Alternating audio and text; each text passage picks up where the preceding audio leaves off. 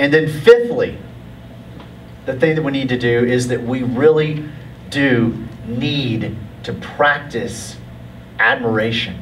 Think about, how can I spur this person on? How can I encourage them? How can I really make them feel special and really go to the next level in who God has created them to be?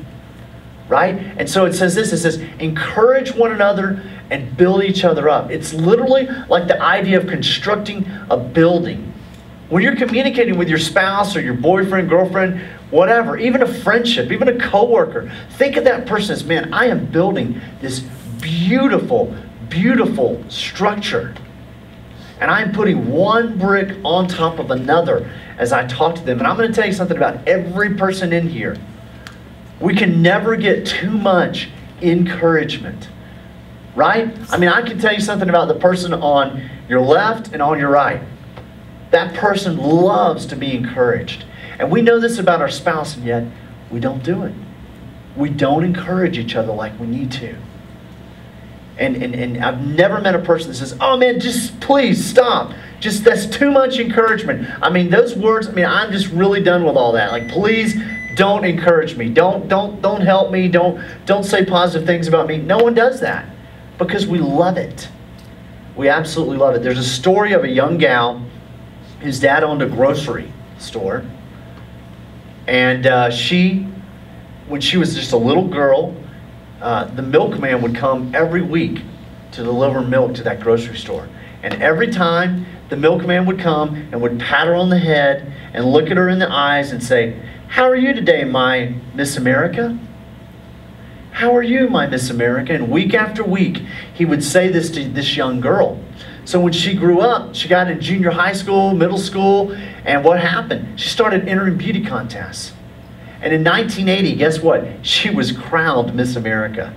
And in front of God and everybody on TV, she stood there and thanked the milkman for encouraging her and for helping her, you know, with her growth into literally being Miss America. It's a self-fulfilling prophecy for people who are familiar with psychology. We become who other people say we are.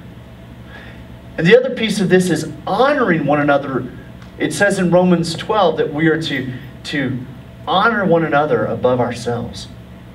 And you know, there's nothing that could light the fire, get the spark going again in your marriage, like being willing to publicly honor your spouse. In other words, how do you speak about your spouse? Do you speak positively about them in front of people? Do you do things that would honor them?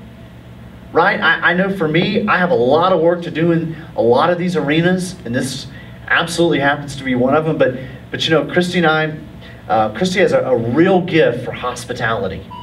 And she's awesome. We have people over at our house all the time. She's a great cook and baker and loves to have people into our home. And I always, in front of people, try to tell them what a great chef she is, what a great person of hospitality she is. She's a great teacher of children. I really emphasize that because those are her strengths. And I want to honor her in public, in front of people. So do you tear your spouse down in front of people, or do you honor them? Right? Other things that could honor. Maybe your wife loves flowers. And maybe she just doesn't love flowers, but she loves getting them in front of other people. So you send her flowers to work, showing how much you honor her to other people that she works with. But we have to grow being encouragers, practicing admiration of our spouse or our boyfriend or girlfriend, and even friendships, even family members. Are we encouraging? Are we fostering that?